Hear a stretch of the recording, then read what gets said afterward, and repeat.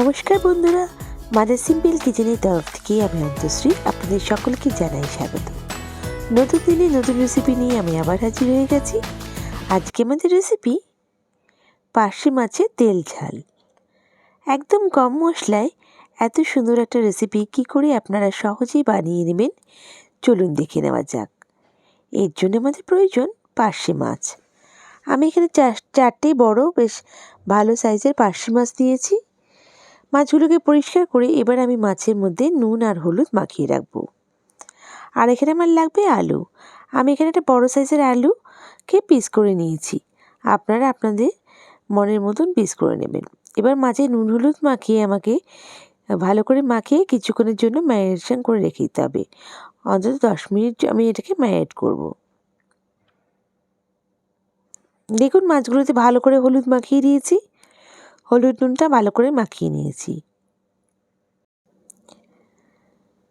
এবার মাছগুলোকে আমাকে রেখে দিতে হবে কিছুক্ষণের জন্য। এবার আমি এটা মাছের জন্য মশলা করে নিচ্ছি। খুবই সহজ মশলা, সামান্য মশলা। এখানে আমি জাস্ট 1 চামচ হলুদের গুঁড়ো নিচ্ছি আর 1 চামচ লঙ্কা গুঁড়ো নিচ্ছি। ঝাল অনুযায়ী লঙ্কাটা আপনারা বাড়াতে বা কমাতে পারেন। আর এখানে অ্যাড করে দেবো একদম সামান্য জল দিয়ে এটাকে স্মুথ পেস্ট বানিয়ে নিতে হবে। দেখি বুঝতে পারছেন কীরকম ঘনত্ব থাকবে। এরকম একটুখানি মশলাটা যাতে ভালো মতন মিক্স হয়ে যায় এরকম আমাদের রাখতে হবে। এবার আমি কড়াইতে পরিমাণ মতন সরষের তেল দিয়ে মাছগুলোকে এক এক করে ভেজে নেব। আমার এখানে অল্প মাছ আছে তাই জন্য আমার কড়াইতে পুরোটা হয়ে গেছে। যদি আপনাদের কড়াই ছোটো হয় তাহলে বারে বারে ভেজে নেবেন। দেখুন মাছগুলোকে আমি উল্টে পাল্টে ভেজে নিচ্ছি। এখানে খুব কড়া করে ভাজার দরকার নেই আর একদম নরমও ভাজবো না, বেশ মিডিয়াম মতন আমরা ভেজে নেব। দেখুন মাছগুলোকে আমি হালকা হাতে উল্টে পাল্টে ভেজে নিয়ে দেবো।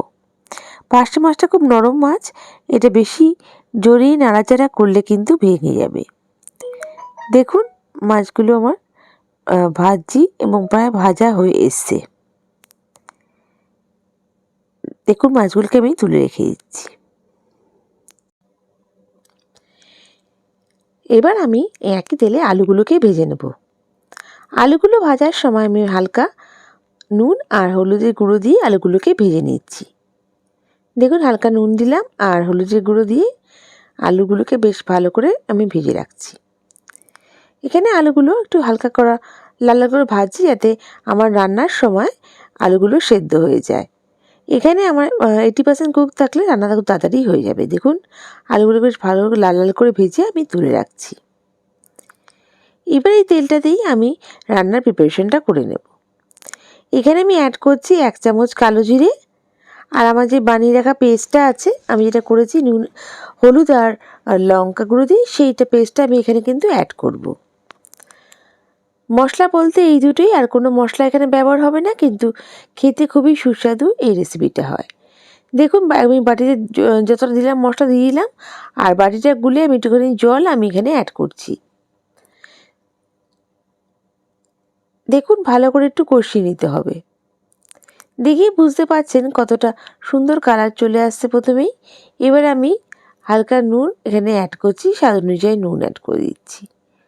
দেখুন কতটা তেল ছেড়ে এসছে মাছের গ্রেভিটা দিয়ে। এবার আমি এখানে আমার ভেজে রাখা আলুগুলোকে দিয়ে দিচ্ছি। দেখুন আলুগুলোকে মশলার সাথে ভালো করে কষিয়ে নিচ্ছি। আলুগুলো সেদ্ধ হতে খুব একটা বেশি সময় লাগবে না, যেহেতু ভাজার সময় আমরা বেশ অনেকটা ভেজেছি। এবার আমি দেখুন এখানে ফুটন্ত গরম জল দিয়ে দিচ্ছি আর কিছুক্ষণ ঢাকা দিয়ে রাখবো। এরপর আমি মাছগুলোকে ছেড়ে দিচ্ছি।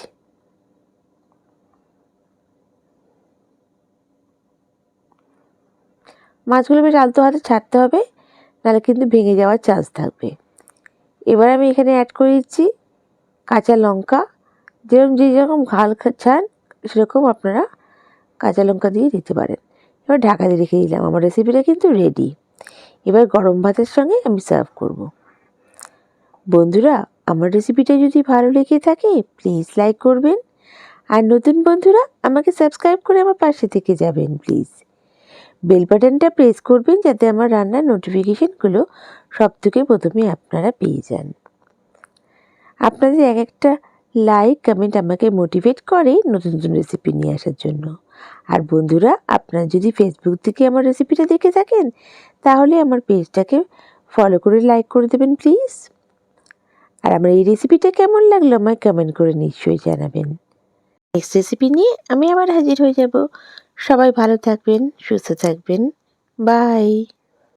Thank you.